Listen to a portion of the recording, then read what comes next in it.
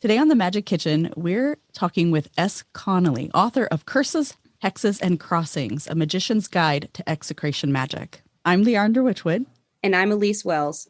And welcome to the Magic Kitchen podcast, where we talk about magic, kitchen witchcraft, herbs, and everything in between.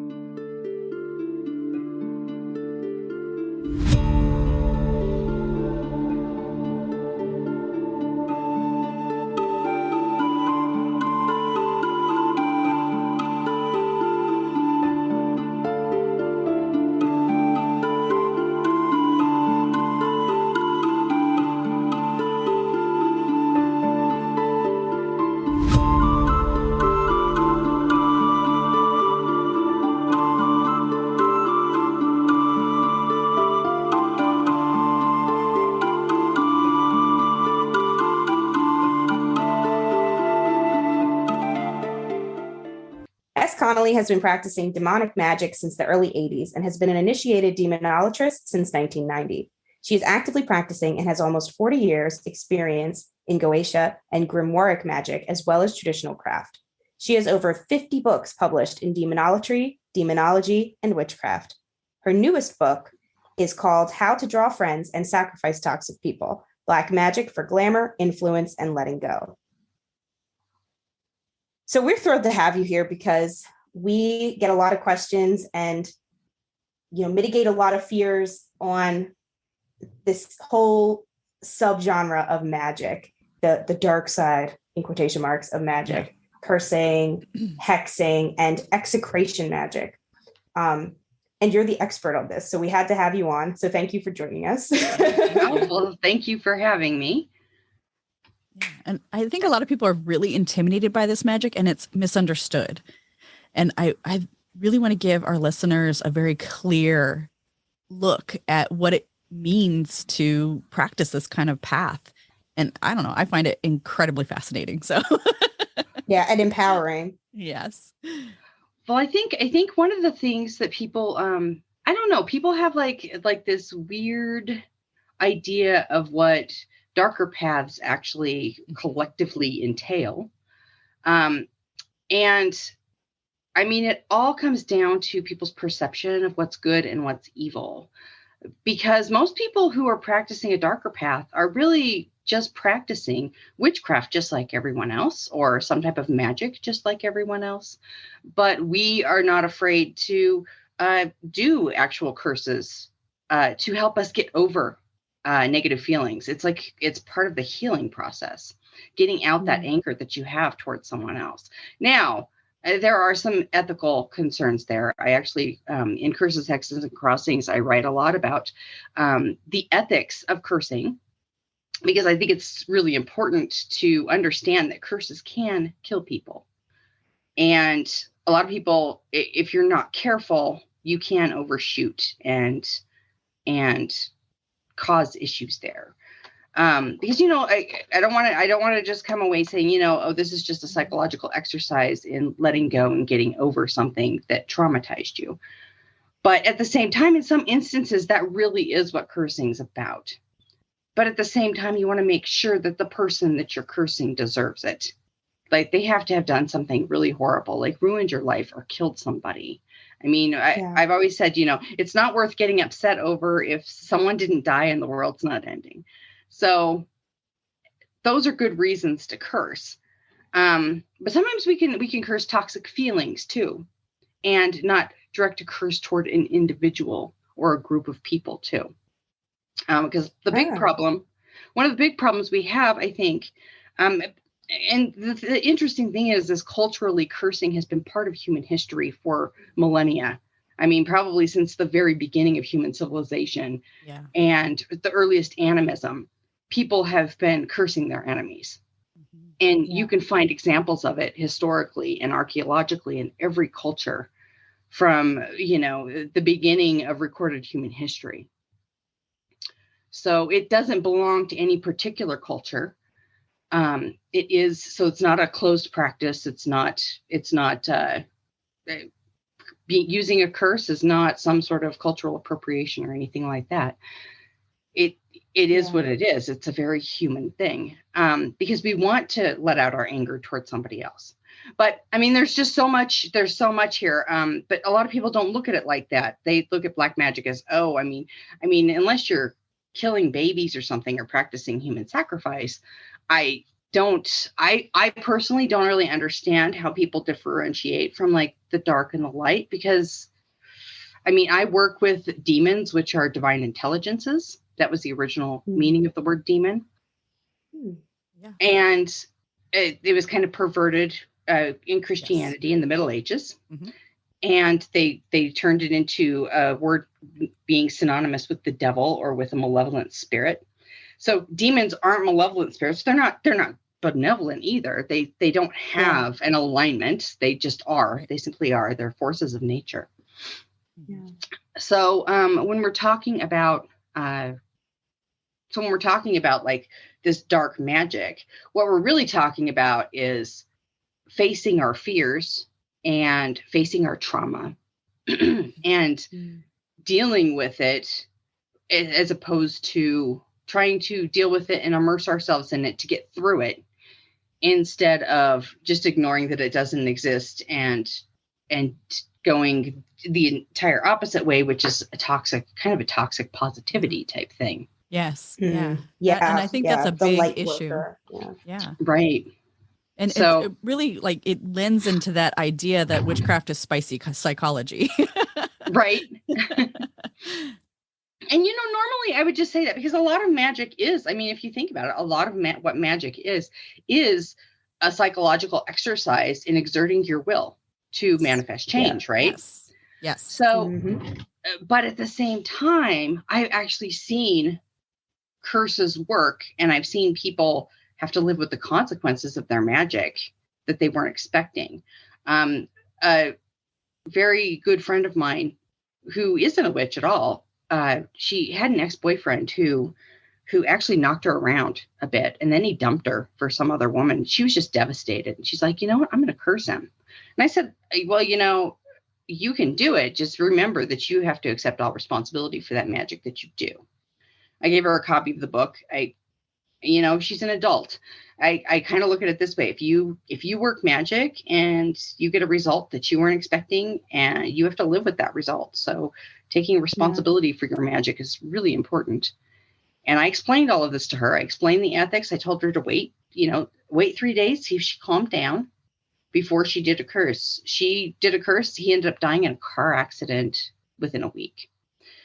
And I know it is.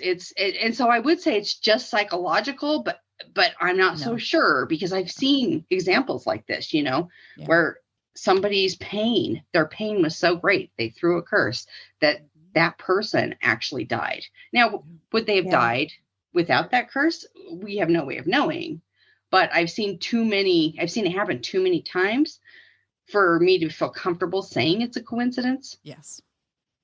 So that's where people need to be really, really careful. I've also seen instances where, like, someone wanted to curse an ex-friend for damaging them financially or whatever, and ended up killing her 4-year-old daughter. Stuff like that too. Oof. So this is where the ethics come in. And that's why I wrote like a whole chapter about ethics when you kind of go into it. And there's a reason. And that's a reason, I think, like Wicca, it didn't used to be, just and at harm none, do as you will. There was, in the read, there is more to it than that. It actually says in self-defense, you can throw a curse. Right. And I think a lot of people forget that. Well, and they just kind of eliminate that. Really. And you're right. And when you go look up the read now, a lot of it has been written out. Mm-hmm. It's just that phrase. It's on signs. It's on bumper stickers. Yeah. That's all people think it is. It is. Yeah. And it goes back into that toxic positivity mindset that I think is a big trap for people on this path. And I think that it comes from a place of self-defense, like this whole witches, we're healers. We're just healers. Like I'm not someone you need to be afraid of. But I think it's 2022, and we are actually in a place where there's more witches than ever. There's more literature than ever. There's more safety in the West than ever to be a practicing witch. And I think it's time to really embrace these parts of magic and not be so afraid of it. not Right. just for our own safety. Like you said, there's an ethical concern always. But if anything, witches are the right people to have that kind of power. Because I've seen non-witches, like you said, your friend was a non-witch. I've seen non-witches throw curses very meaningfully, and they work.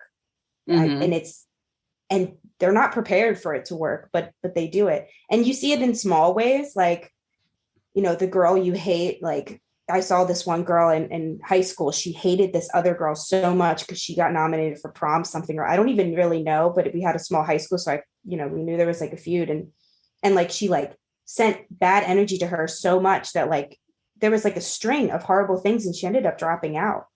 And I really, at the time, I was so new to witchcraft, but I was like, that's cursing. Like, I just knew that was what that was even then.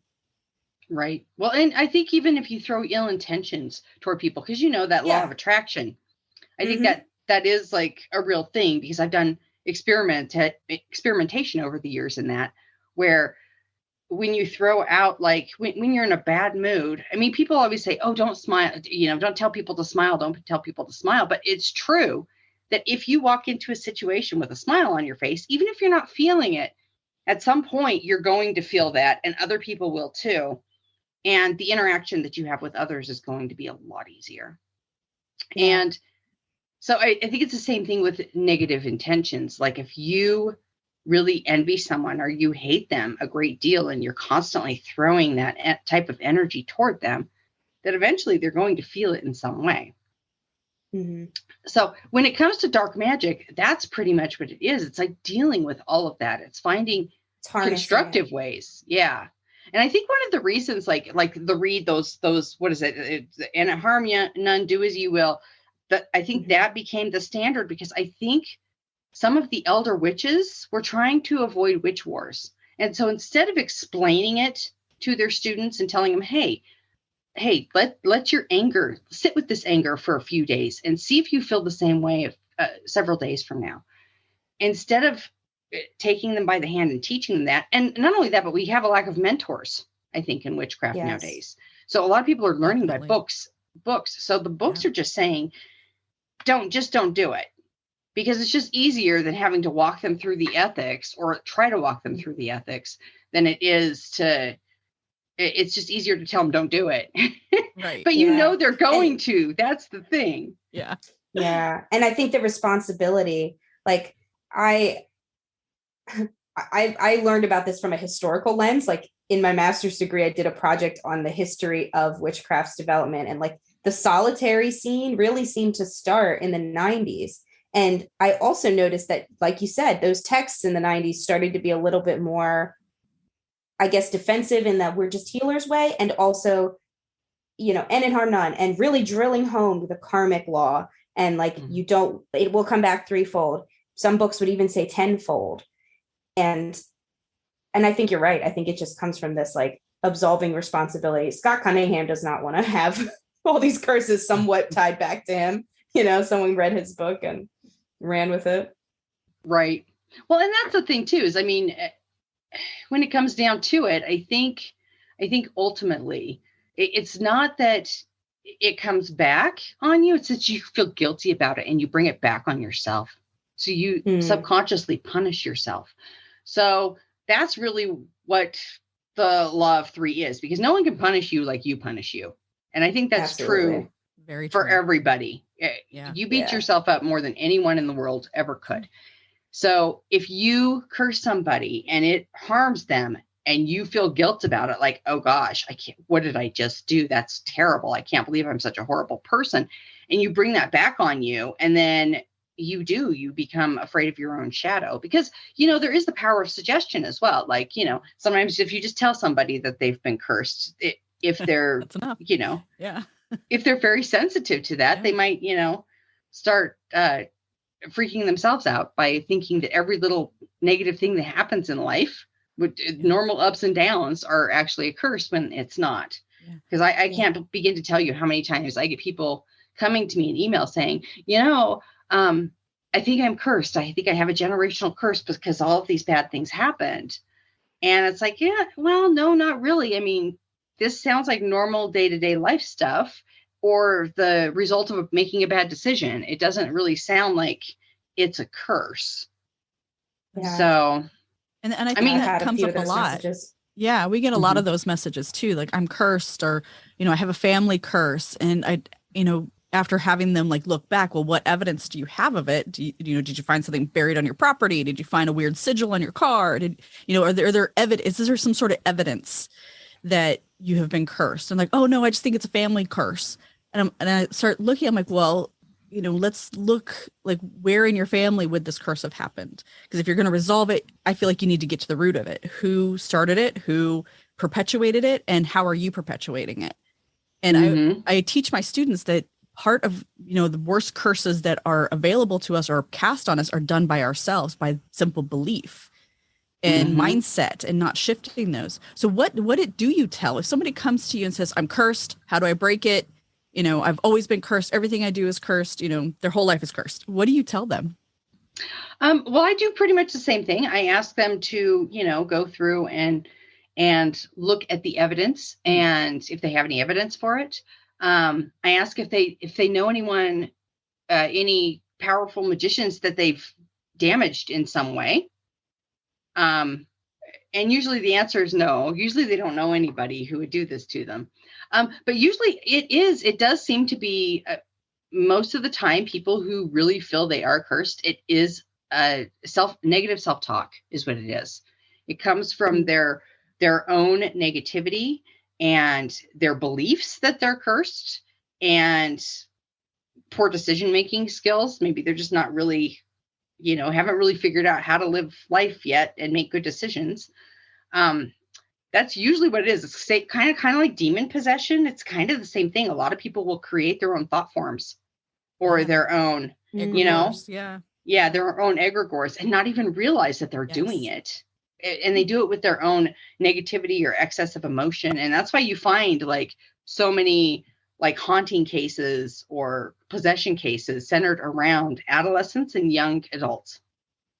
So it's because of that emotional turbulence that they have at that age, The transitional times.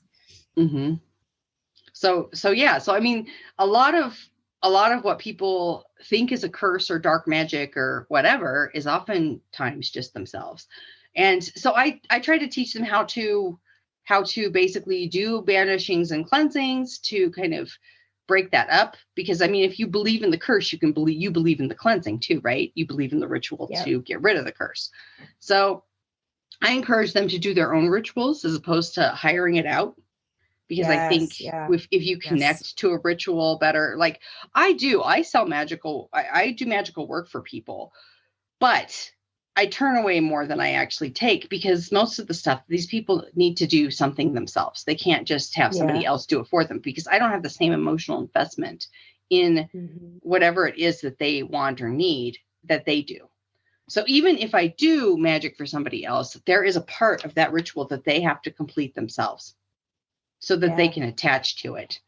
But whether cursing and love magic are two things I do not do for that reason, because love magic, that can get a bit rapey, A lot of people don't think about love magic like that. Yeah. I mean, I do. I absolutely do. Yeah. Well, I mean, everyone laughs at movies like The Craft, but I've actually seen stuff like that happen in real life where someone does the love spell on someone, and then when they're done and they realize, oh, geez, I didn't really want this person anyway, but I had my fun. Now I'm done. And then they have a stalker for a year. Yes. I know. I always call it stalker magic. Yeah. No, that was like, I remember somebody asked me if I'd seen The Craft, because how like non-witches are. They're like, oh, you're a witch. Oh, have you seen The Craft? Or, oh, have you seen American Horror Story? Like, that's their follow-up every time. And I said, yeah, I have. And she's like, it's so scary. I said, I know, like that guy, like almost, SA'd her. And they're like, what? Oh, I meant like the spiders and snakes. I was like, no, that's the scary part. The love magic. That was horrifying. Love in quotation marks.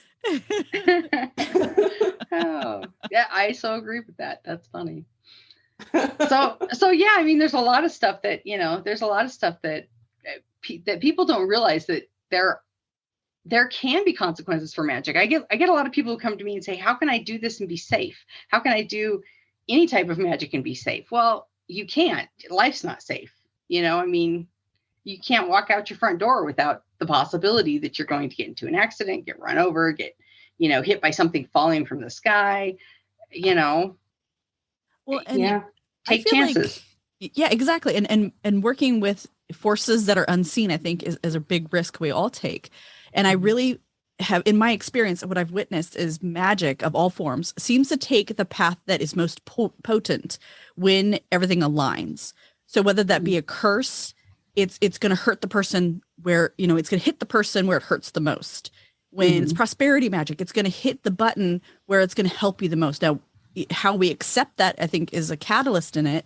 But I think that's one of the important things to remember when you're working magic.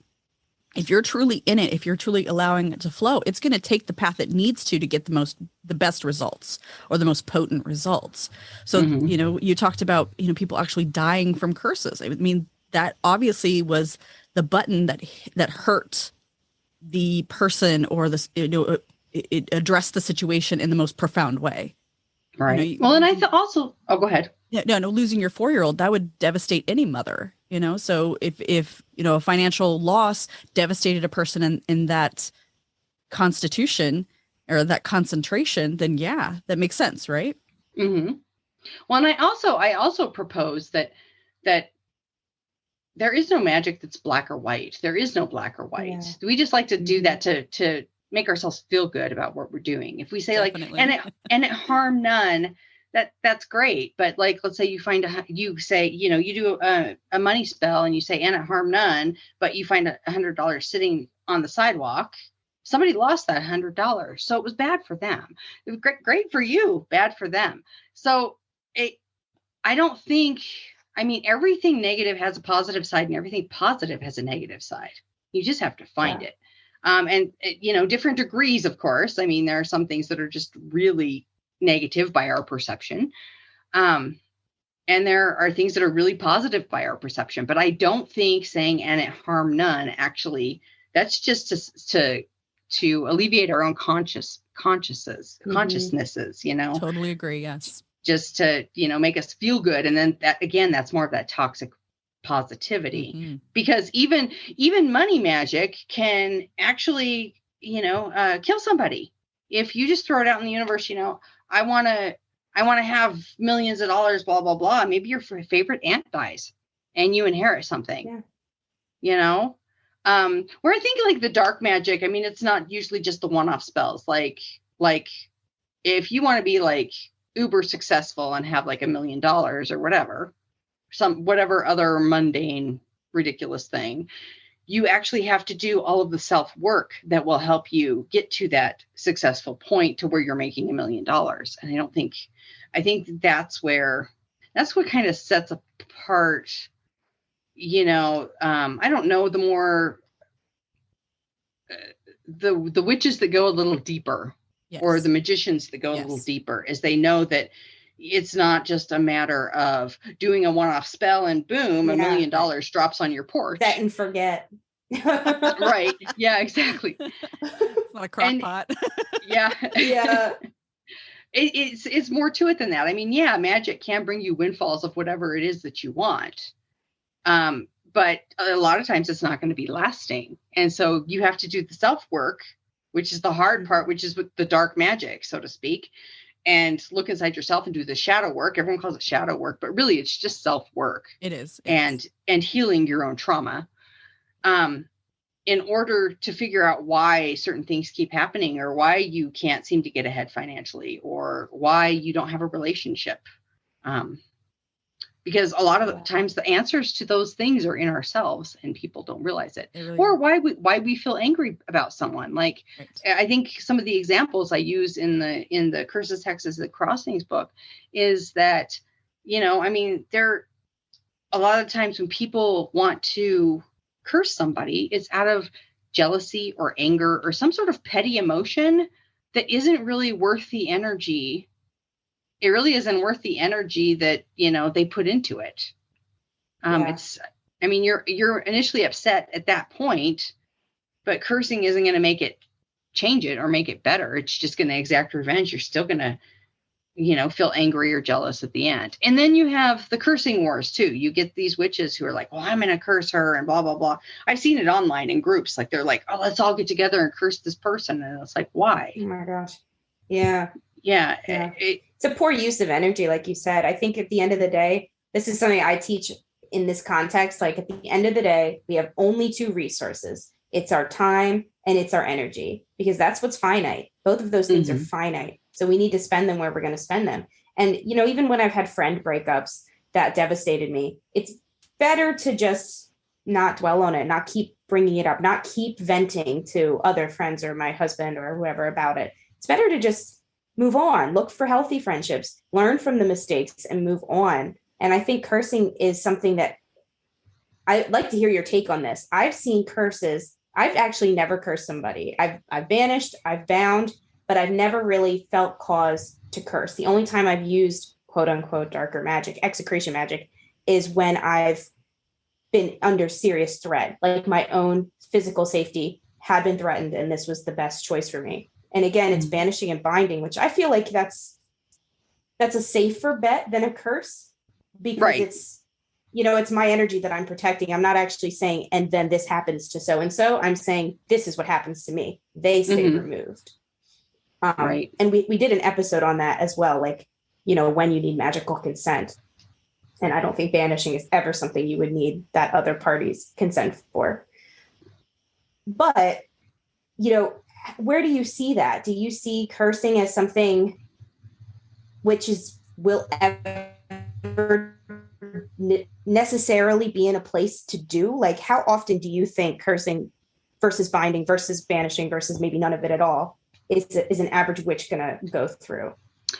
I think in a person's lifetime, you're probably not going to actually need a curse more than once. Honestly. I mean, unless of course, unless you have like a lot of people trying to kill you or something. I'm not sure. But even then, you're right. Why not do a banishing or just dispelling negativity? Or I have these wards that I have set up around me where if somebody throws their negative energy, if they throw their negative energy at me, either it alchemizes and I use it for my own gain. Yes. Like I take that energy and I use it to create something productive and constructive. Yes. Or I can just send that negative energy back to that person. And I've had wards like that too, where if someone's sending negative energy, it'll just bounce back to them. It's not even going to affect me. But I think also that came with time and wisdom. Yes. You know what I'm saying? Like the older you get, the more you realize just what a waste of time cursing is. Now, there is an instance where I think cursing can be super beneficial. If you have negative feelings toward something, or you want to curse a really bad habit, like let's say you're smoking. Oh, yes. You want to quit smoking. I've had really good luck with plant curses. So like you grow a plant and put the energy of like what you're trying to of the situation that you don't like into that plant. Like you're smoking. This plant represents your smoking. You focus on that plant, and you tend to it thinking like, okay, this is my smoking habit, and then you take it and you set it aside and you water it with vinegar, and as it starts to die, your need for smoking dies. I've seen this work for people. Or other bad habits, it could be eating. It could be drinking caffeine. If you think that's a bad thing, I don't. Some people do. But, if it's just a bad feeling about something like, your own anxiety, you can curse your own anxiety to help you shed it. And in that instance, it really does become more of a psychological exercise. And I look at it that way. When you're taking it in that context, it also becomes this self-care. Like there's a museum, I believe in Britain, where they have all these puppets that are on display because they found them in archaeological sites or wherever they found them as part of a exhibit for witchcraft. And one of the puppets was a nurse who made the puppet of herself because she got pregnant during the war and was trying to induce an abortion for herself. So that was a form of self-care. She was trying to right a mistake that she, viewed it as. So I love that, taking the plants and watering in vinegar, or, taking poppets and creating them in your own likeness to solve a problem in your life. That's excellent. Yeah. So, I think in that instance, cursing has a lot of applications that someone could use. But throwing an actual curse at a person, honestly, I think that's just one of those things that you would use very sparingly, if at all. Just because I did do a curse once. There was an abusive man that my friend was seeing, and she was pregnant, and he kicked her in the stomach, and she didn't lose the baby. But I figured if we didn't curse him and get him out of her life, she would probably have ended up dead. So in that instance, it felt like a life or death situation. And so, and there may have been a couple other instances throughout my life where I have done that. I did have a stalker for many years who just wouldn't leave me alone and just harassed me until I got to the point where I just couldn't handle it anymore. And I did end up killing her, and she ended up committing suicide 6 months later. But at the same time, I'll be honest with you, I do not regret that one bit. And I think that's the key. If you're not going to bring it back on yourself, you have to make sure that you're not going to regret it.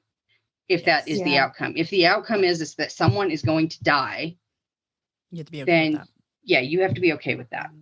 Well, and you even say in your book that, typically magicians who are experienced don't go around throwing around curses, because it takes an extraordinary amount of attention and energy to make them complete and to have them, follow through. And I agree with that. Like, it's easier to, I guess, in that aspect, to just do a crossing or something that's a little annoying. Like one of my favorite crossings is may you always step in a suspicious, warm, wet puddle after you put on brand new socks, that sort of thing, where it's just annoying. Right. So those of you out there who keep stepping in warm, wet puddles when you put on your new socks, that was me. Oh, that's really funny. So that's kind of where I am with, if you throw it, sometimes it's just easier just to tell people to, sod off and go on your merry way and just kind of cut the cord and keep them out of your life. And sometimes it's good to do a ritual to symbolically cut that cord too. Absolutely. But that's different than a curse, actually. That's more of a kind of like I agree. Just like it's a cord cutting ritual, getting rid of them and sending them out of your life. Yeah. Yeah. I think it almost falls under protection magic. And I think too, like the witch wars that a lot of people are afraid of, if we have a healthy relationship with our own energy, if we're doing protective magic, if we have sigils on our cars for our own protection, we don't have to worry about the half-baked curses that might be thrown on social media, for example. Because that's what I see a lot of on social media. People will say like, oh, so-and-so went viral, and then after that, they had all these curses thrown at them. I'd like your take on this, because I feel like maybe you need to know somebody a little bit to really curse them. I don't think you can just live in a separate continent, not actually really know where username 657 lives, and somehow curse them and ruin their life. Right. What do you think about that? Like, is that possible to really curse somebody that strongly if it's that detached? I don't think so. I think there does have to be some sort of relationship, because there is a fine line between love and hate. You have to have known a person in some capacity with some intimacy to actually really throw a curse at them. And sometimes though, cursing in that instance where you're just cursing strangers or someone that you're envious of, like you see like this influencer who has this big following, because this is what happens a lot in witch world, or the culture, as I always call it, is you have like one person who is very popular. They write books that everybody wants to read. They have a really good YouTube channel or something, and everybody wants to listen or watch or whatever. And they have influence, and other people are like, well, I disagree with them, and everybody should listen to me, and they're full of crap, yada, yada, yada.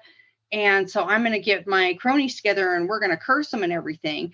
Really, what you're doing is you're hurting yourself at that point, because you're seething with jealousy. That's what that is. That's ego and jealousy. And with too much, just like with any other excess in life, with too much ego and jealousy, you end up cursing yourself. That's like hating somebody else, but poisoning yourself. You know what I'm saying? You're the one drinking the poison. You're not, you're dwelling in a bad place and spending all your time minding their business and their great work instead of minding your own and making your own life better.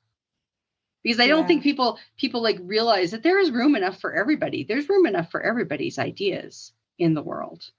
And it's, I mean, just because they're not as popular doesn't mean that they don't still have an audience for their ideas.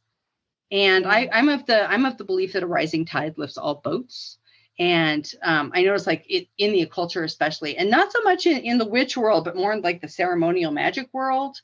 And I don't know if it's true more with the traditional witches and all that, but I do know that in ceremonial magic, a lot of the authors will, get online and just trash each other. Whereas I kind of came into the business of authoring as a fiction novelist. So we all helped each other. We all, we were like, okay, well, yeah, maybe I don't like this person's book, but somebody else might, but they're my friend or whatever. We were able to separate the person from the creation, and we didn't have to try to trash that person to make ourselves feel better. And I think you have a lot of that too going on. And I think social media actually promotes a lot of that, where, you see somebody who's doing really great and they only show the great parts of their life. And then you start feeling envious of them because you think their life, but it's all carefully cultivated. Yeah. And so that causes a lot of feelings of jealousy. And then people are like, oh, I'm going to curse them just for that sort of thing, because they're envious, because they feel they don't have such a perfect life. And it's like, nobody's life is perfect. Their life is probably just as imperfect as yours. They're probably just as stressed and anxious as you are.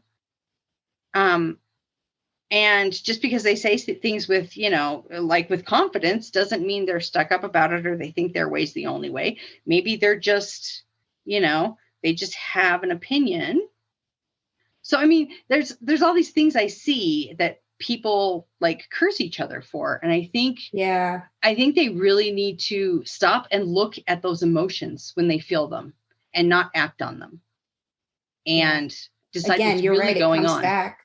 Mm-hmm. Exactly. It comes back to that self-work, that shadow work. Like, why is this, looking at that emotion, why is this bothering me so much? And I also have found that when I've had those feelings about somebody, it's because they have something I want. And I don't have to feel jealousy towards that. I can feel inspiration with that. Right. I can look at that and say like, oh, actually, I really like that relationship she has, that she collaborates with all these different witches doing that. I want to start doing that. That's something that can go either way. Like jealousy can actually be a tool for us. I use the Wildwood Tarot deck, and one of the cards that I used to draw a lot was jealousy. And I was always like, why is this coming up? And I realized like it took 3 readings of getting jealousy as my action to take. And I realized that's what it is like, move into that. Why is that a factor for you? Well, and you can take that and use it to create something, to produce something really good. I used to have a friend who she had a coworker that was always showing her up and everything. And it used to make her jealous. And then one day she was like, you know what? I'm going to use that to spur me to do a better job on my own stuff. And she did that. Yeah. And she ended up getting a raise. So, and she wasn't a witch either. So, I mean, again, it's that psychological thing. It's, figuring out how to take that seemingly negative emotion that you're feeling and work with it constructively. So, yeah, absolutely. And that's magic. Like at its core, it's self-empowerment.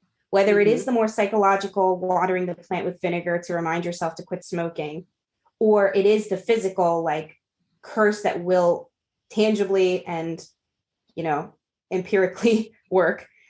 It's still an empowering thing. Both of those are equally empowering, can be equally empowering.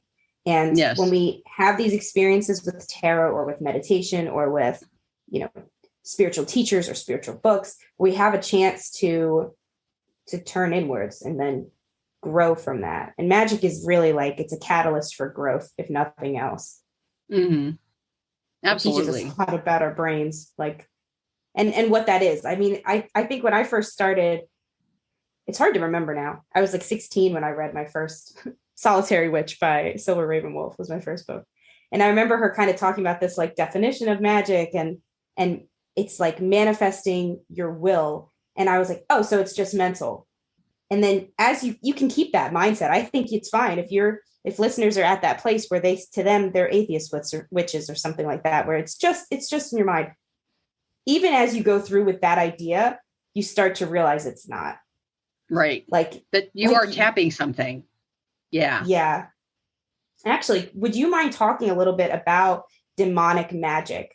You call yourself a demonolatress, which I love. You're the first guest we've had with that title. So tell our listeners a bit about that.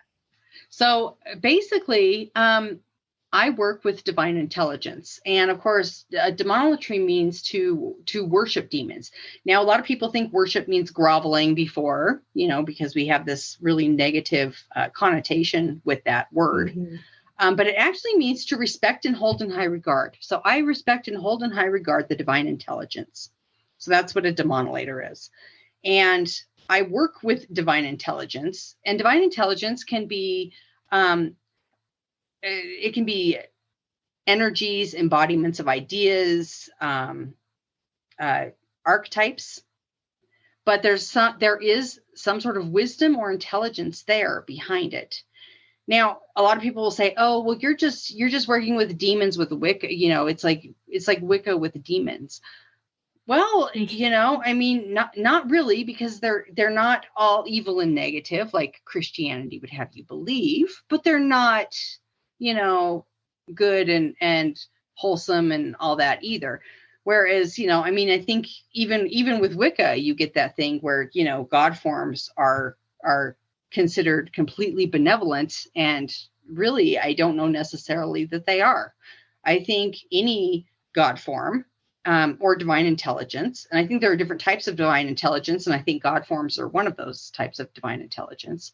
So you'll find me working across pantheons. I'm not one of those hard polytheists where it's like you work with this pantheon and I don't anthropomorphize. I do when I'm discussing God forms or divine intelligence. Everybody anthropomorphizes. That's, we give them human traits because it makes it easier for us to identify with that.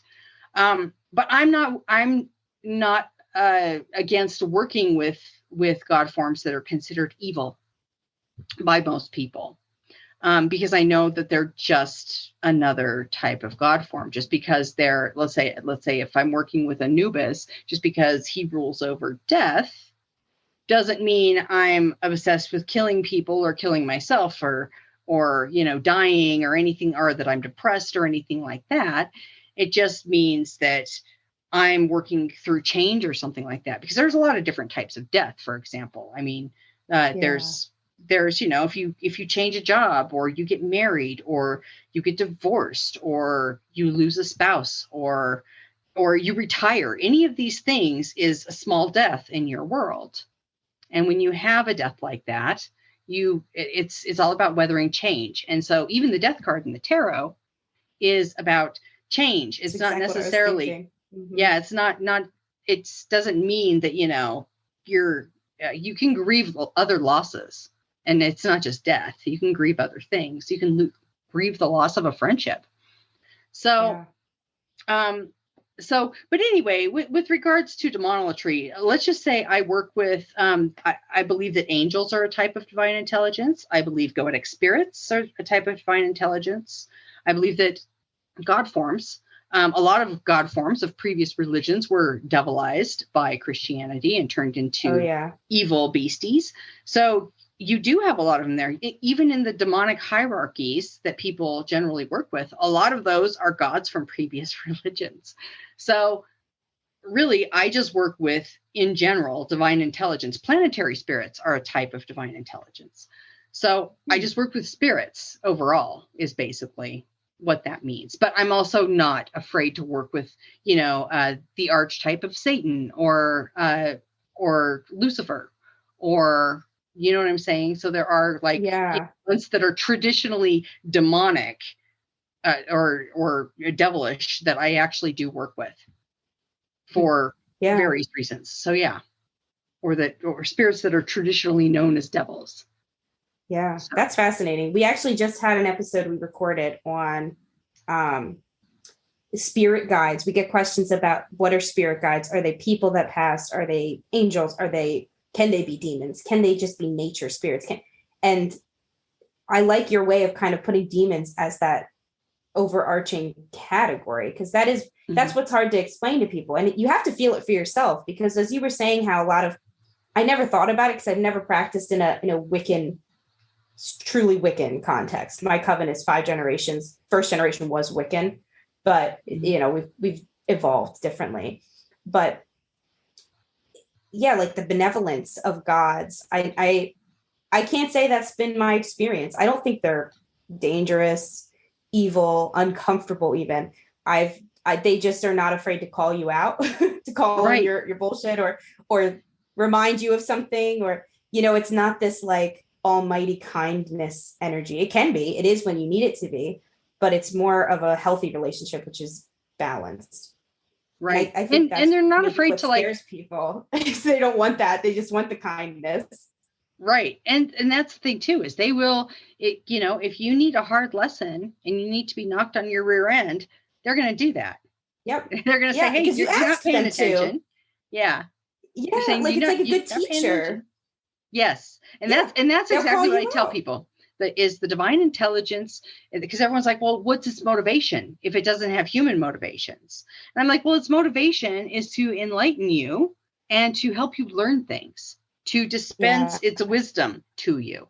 And if you're open to finding it and to learning about it and learning about yourself in the process, then you can have a really great relationship with any entity you want to work with. But don't expect them to always be kind and to not, give you a good scare if you need it, if that's what needs to happen in order for you to get the point that they're trying to drive home. Because sometimes people don't listen.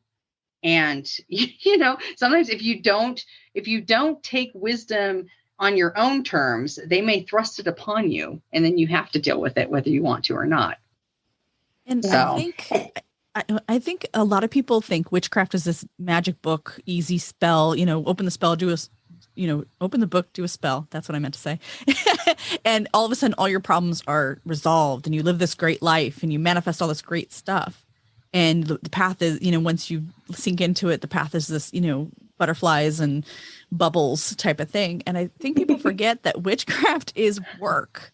Like it is self-work. It is, mining that shadow, doing that shadow work and mining that gold that the shadow brings to us, and understanding that we're not infallible. We are fallible, that we make mistakes, and sometimes we have to have a tone for those mistakes, that, sometimes you have to change your mindset and adopt a new way of being and a way of thinking. And that's hard for a lot of people. People don't like change. They want to believe that their way is the right way and they're doing it however, they're doing it is the right way. And I think that's tough for a lot of people because there's not this magic pill in witchcraft. It is work. We have to, mind our thoughts. We have to mind our energy fields. We have to mind our actions with other people. And keep our relationships up with these divine intelligences, whether it's our ancestors, our spirit guides, our deities, our demons. We need to keep that relationship like we would with another person. Don't forget to check in, follow through on your promises. And it's actually simpler than people realize, but it's still work, like you said.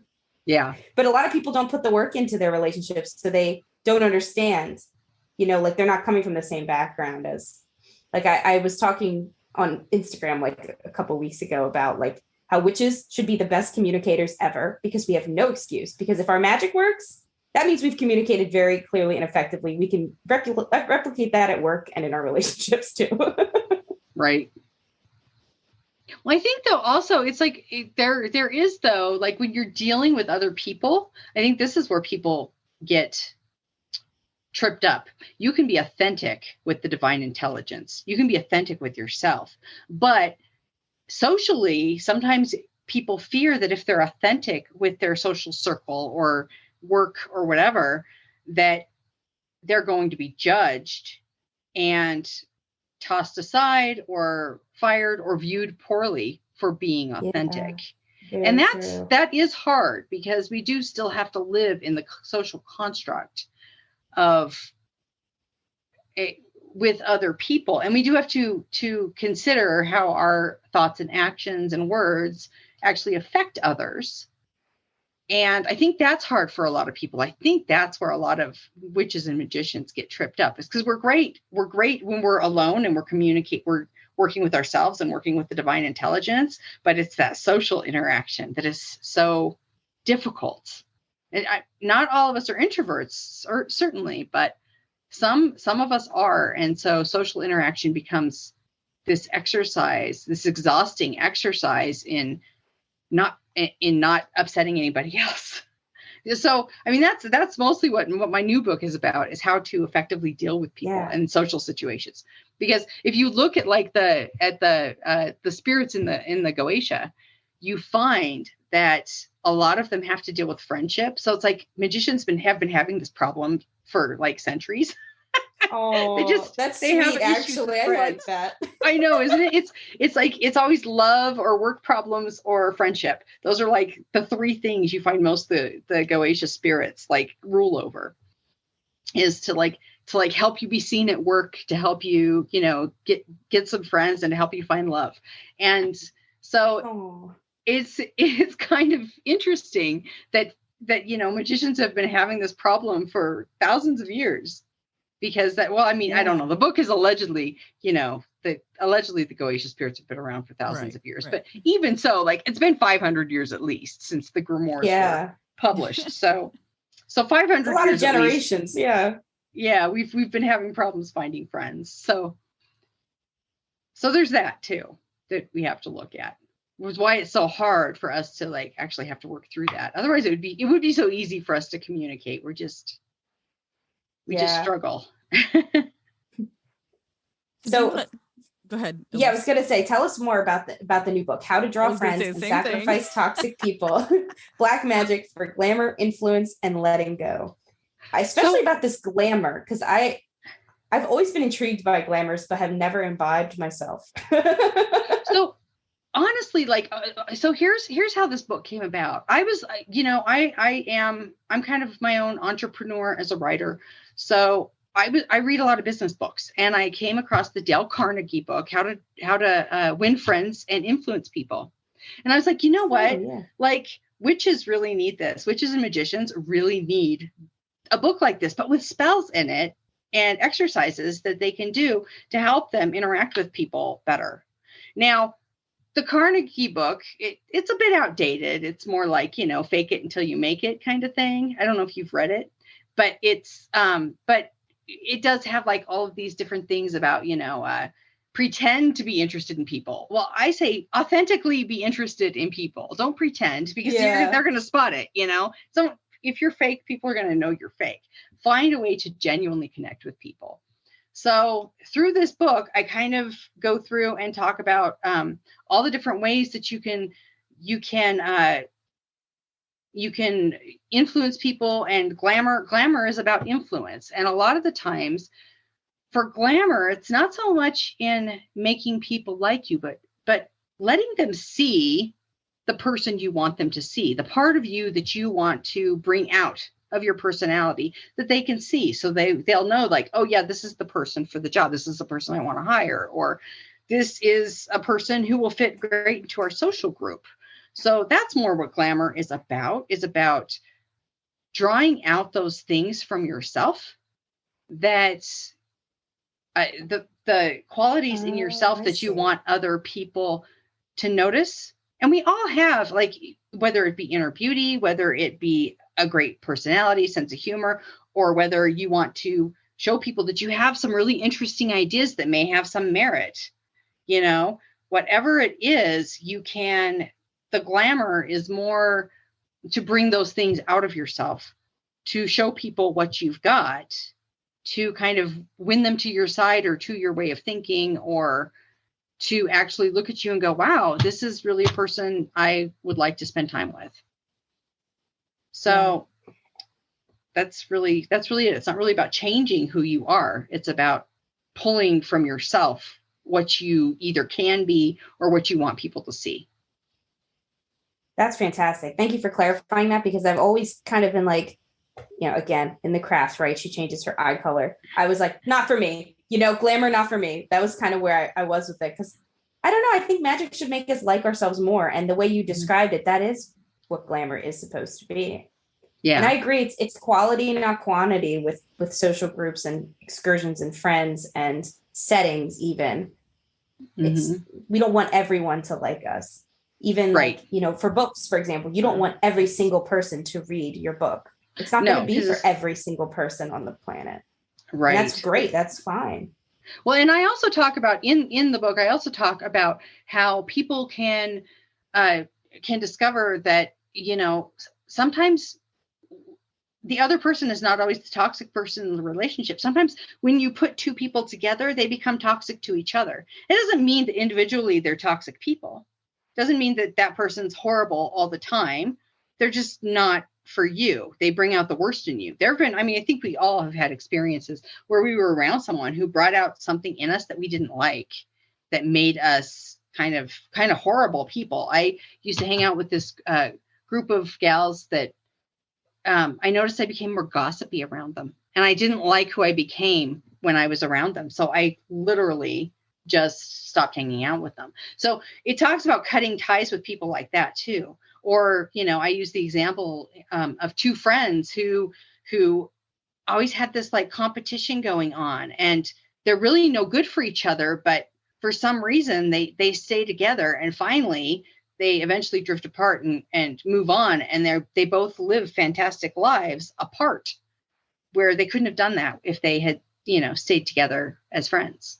So I do talk about like toxic people. Toxicity is all in the relationship and the interaction. And it doesn't necessarily mean that person or yourself are toxic 100% of the time. It's just that combination. It's like an alchemical combination that when you mix it together, it's not a good thing. Like bleach and whatever, you start ammonia, mixing chemicals. Ammonia. Yeah. You end up with gas that'll kill you.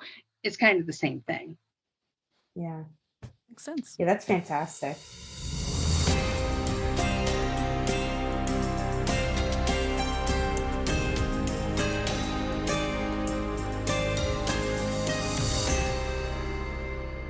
All right. Well, thank you very much for joining us on the Magic Kitchen podcast. This is going to be helpful to a lot of people and hopefully give them the empowerment they need to tackle execration magic when they need it and feel the power that it can give them. And hopefully a lot of people will pick up how to draw friends and sacrifice toxic people, because I know I will, because it sounds like what I've been looking for. There's a lot of money manifestation or, I want more followers manifestation out there, but this is about who you are as a person, bringing that out and attracting the right people instead of just more people, or the right interactions instead of just more interactions, which I really am excited to read. So where can people find you on social media or your website? We'll put it all in the show notes too, but just in case people are listening and then want to write it down. Okay. sjreisner.com is my personal website. And that's where I have just everything, all of my books, everything there.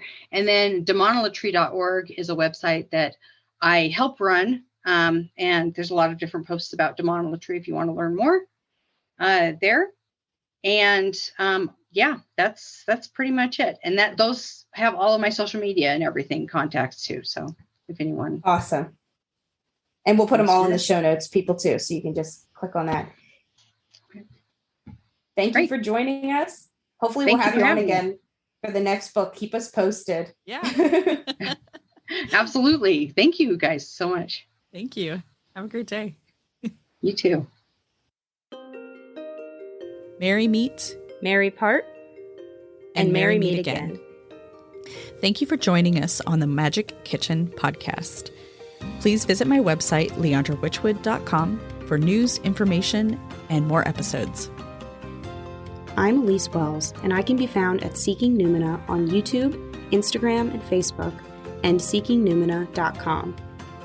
That's Seeking, Numina.